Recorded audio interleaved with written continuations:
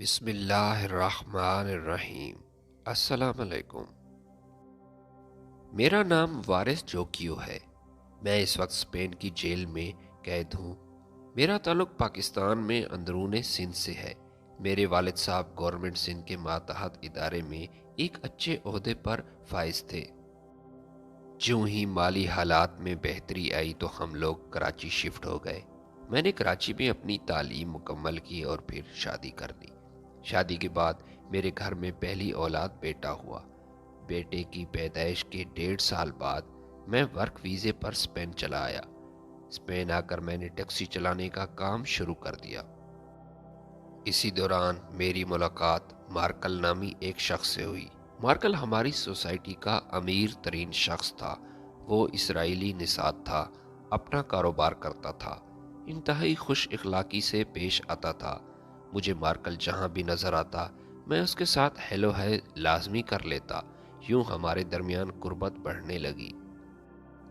جب ہم تھوڑے سے فرینک ہوئے تو میں نے مارکل سے اس کے بزنس کے متعلق پوچھا۔ مارکل نے مجھے بتایا کہ وہ ایشیائی ممالک سے اڈلٹ ویڈیوز منگواتا ہے اور ڈارک ویب سائٹ کو بیچ دیتا ہے۔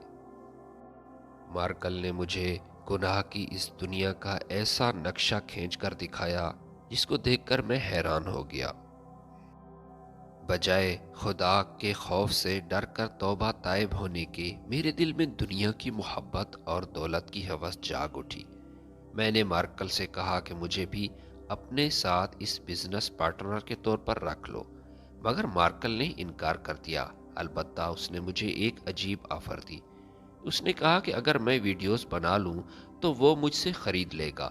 میں نے مارکل کی یہ آفر مان لی اور پاکستان میں ایسی لڑکیوں کو ڈھونڈنا شروع کر دیا، مگر اسپین میں بیٹھ کر پاکستان میں ایسی لڑکی ڈھونڈنا میرے لیے تقریباً ناممکن تھا۔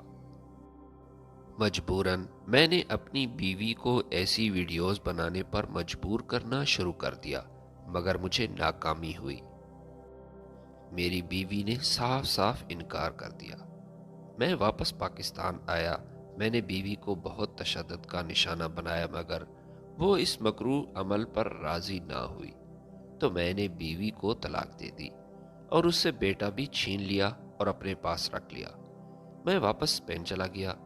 میں مسلسل 7 سال تک اسی کوشش میں لگا رہا، مگر میں گناہ کی اس دلدل میں پھینکنے کے لیے کسی لڑکی کو تیار نہ کر سکا۔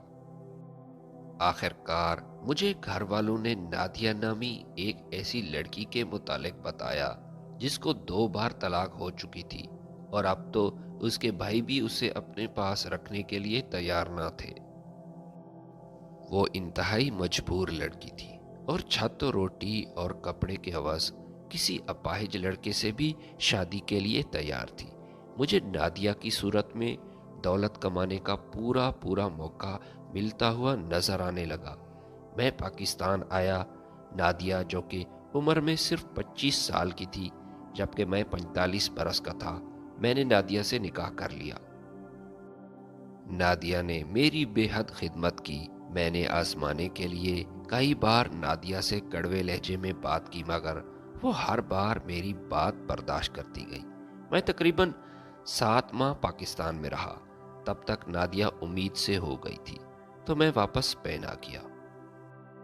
اسپین آ کر میں نے پہل نادیہ سے نارمل ویڈیوز بنوانا شروع کی، پھر نیم برہنہ ویڈیوز بنوائی اور مارکل کو بیچ دیں، یہاں تک کہ آخر میں نے نادیہ کو برہنہ ویڈیوز دینے پر مجبور کرنا شروع کر دیا، مگر نادیہ نے صاف انکار کر دیا۔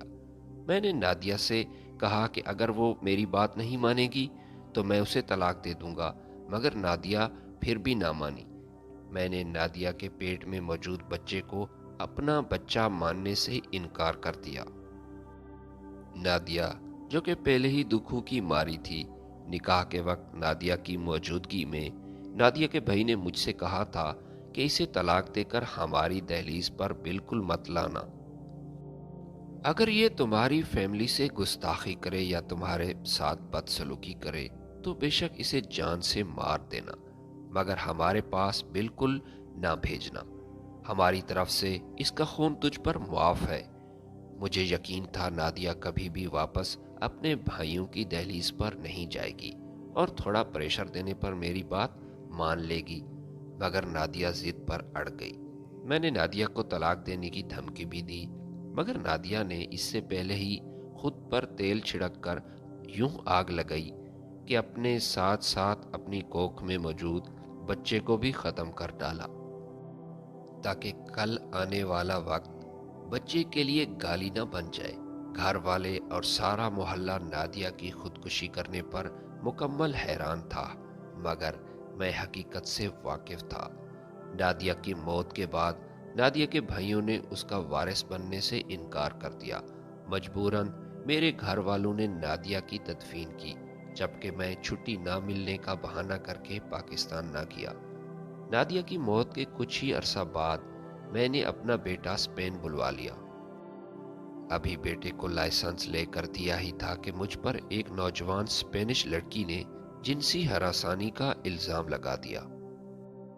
میں اس لڑکی کو جانتا تک نہیں تھا اور زندگی میں پہلی بار دیکھا تھا اسے، مگر پھر بھی مجھے گرفتار کر لیا گیا۔ عدالت میں نہ صرف لڑکی کے جھوٹے الزامات کو سچ مان لیا گیا، بلکہ کچھ گواہ بھی لڑکی کی طرف سے پیش ہوئے۔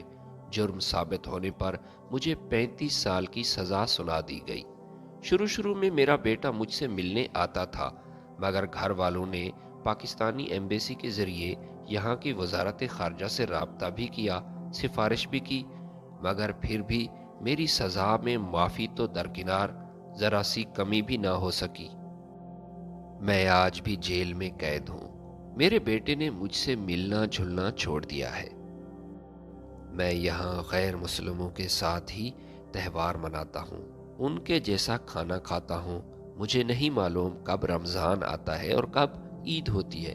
مجھے ایسی کوٹھڑی میں قید کیا گیا ہے جہاں دن اور رات کا کچھ پتہ ہی نہیں چلتا، جہاں ہر وقت مصنوعی روشنی سے کام چلایا جاتا ہے۔ اسپین کے خاص دنوں اور تہواروں پر لوگوں کی سزاؤں میں کمی ہوتی ہے، مگر میرے لیے اسپیشل نوٹ لکھا گیا ہے۔ میری سزا میں کسی قسم کی کمی نہیں کی جائے گی۔ میں عدالت میں کئی بار رحم کی اپیل کر چکا ہوں، مگر میری اپیل یہ کہہ کر رد کی جاتی ہے کہ درندوں پر کبھی بھی رحم نہیں کیا جاتا۔ وہ بھی ٹھیک کہہ رہے تھے، میں نے بھی نادیہ سے درندوں جیسا ہی سلوک کیا تھا۔ خدا سے دعا ہے کہ وہ ہمیں برائیوں سے بچنے اور نیکیوں کو اپنانے کی توفیق عطا کرے اور ہمارے گناہوں کو معاف کر دے، آمین۔ ویڈیو پسند آئی تو لائک اور شیئر ضرور کیجیے گا۔ ملتے ہیں آپ کی خدمت میں نئی ویڈیو کے ساتھ، تب تک کے لیے اجازت دیجیے۔ اللہ حافظ۔